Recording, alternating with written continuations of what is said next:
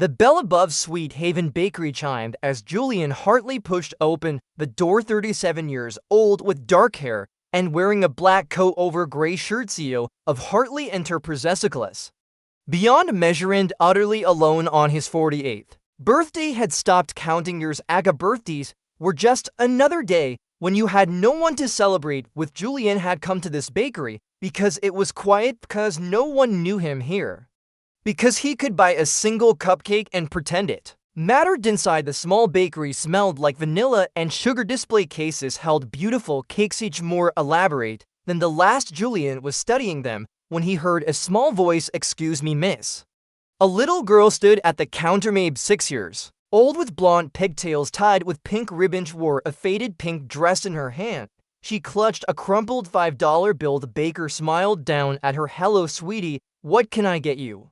"It is my mommy's birthday," the little girl said seriously. "I want to buy her a cake. How much do you have?" The girl held up the $5. "I have been saving for 3 months." The baker's smile became sad. "Oh, honey, the smallest cake I have is $20. The little girl's face fell. "But I saved so long." "I know, sweetie," the baker said gently, "but ingredients cost money. I cannot sell them for less." Tears filled the child's eyes. "But mommy works so hard. She never buys anything for herself.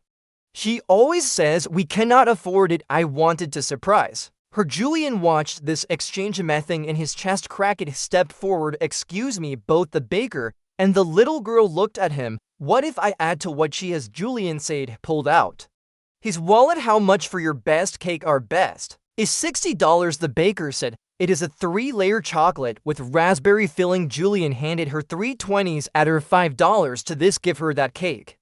The little girl's eyes went huge. "Really, mister, really? But I do not know." You do not have to know someone to help them," Julian said. He knelt down to her level. "What is your name?" "Maisie." "Well, Maisie," Julian said, "it is my birthday today too, and I do not have anyone to celebrate with, so buying your mom a cake makes me feel less alone. You are helping me as much as I am helping you." Maisie thought about this, and she did something that surprised everyone as she hugged Julian. "Happy birthday, mister."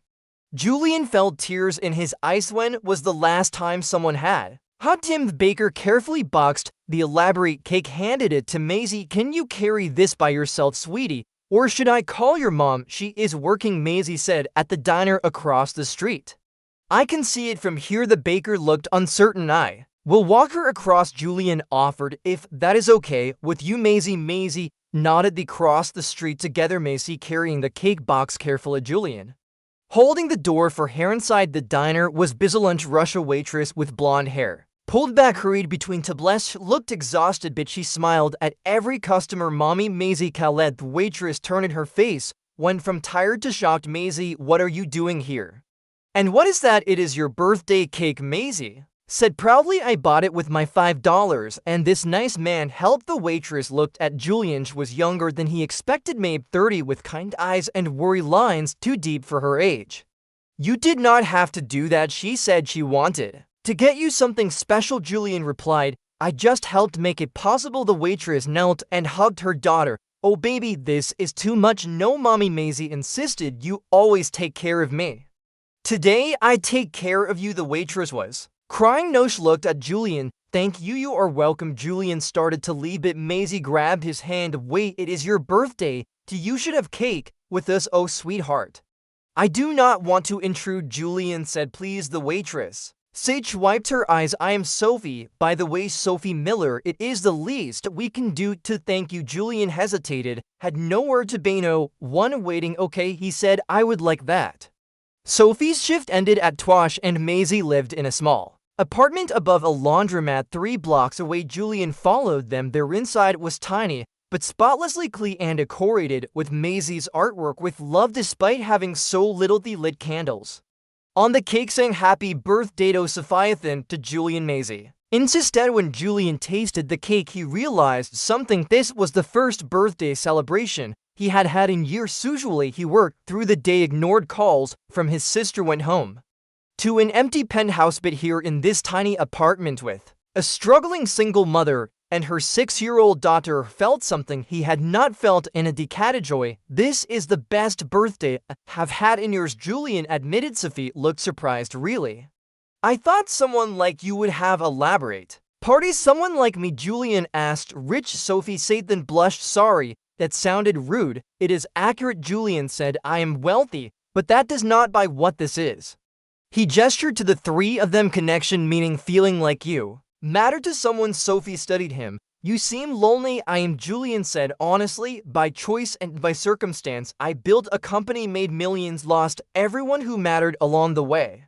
He looked at Maisie, who was licking frosting off her fingers. Your daughter saved my birthday by letting me help her save yours. Over the following weeks, Julian found excuses to visit, brought Maisie bookshelf, fixed Sophie's broken stove, paid for Maisie to attend a better school. You do not have to do this, Sophie said one evening after Maisie was asleep. I know. Then why? Julian was quiet. Because you remind me why I started my company in the first place. What do you mean? I wanted to help people, Julian said.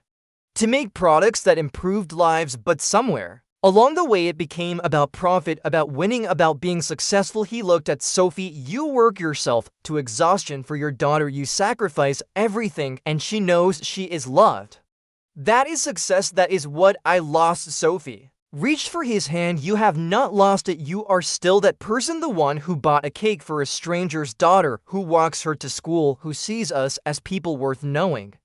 3 months after that first birthday, Julian proposed, not with a grand gesture, but in Sophie's tiny apartment with Maisie present. I am not asking you to marry me for money, Julian said, or convenience. I am asking because somewhere between buying a cake and now you became my family, both of you. Sophie was crying. Yes, but I need you to know something. What? I am not marrying you for money either, Sophie said. I am marrying you because you see Maisie, really see her, because you show up, because you choose us every day. That is worth more than anything. They married quietly. Maisie was the flower girl at the small reception. Julian gave a toast. 6 months ago, I walked into a bakery on my birthday, he said, planning to buy a single cupcake, planning to go home alone. Instead, I met a little girl with $5 trying to buy her mother a birthday cake. His voice broke. That little girl taught me something, that what you give matters less than why you give it.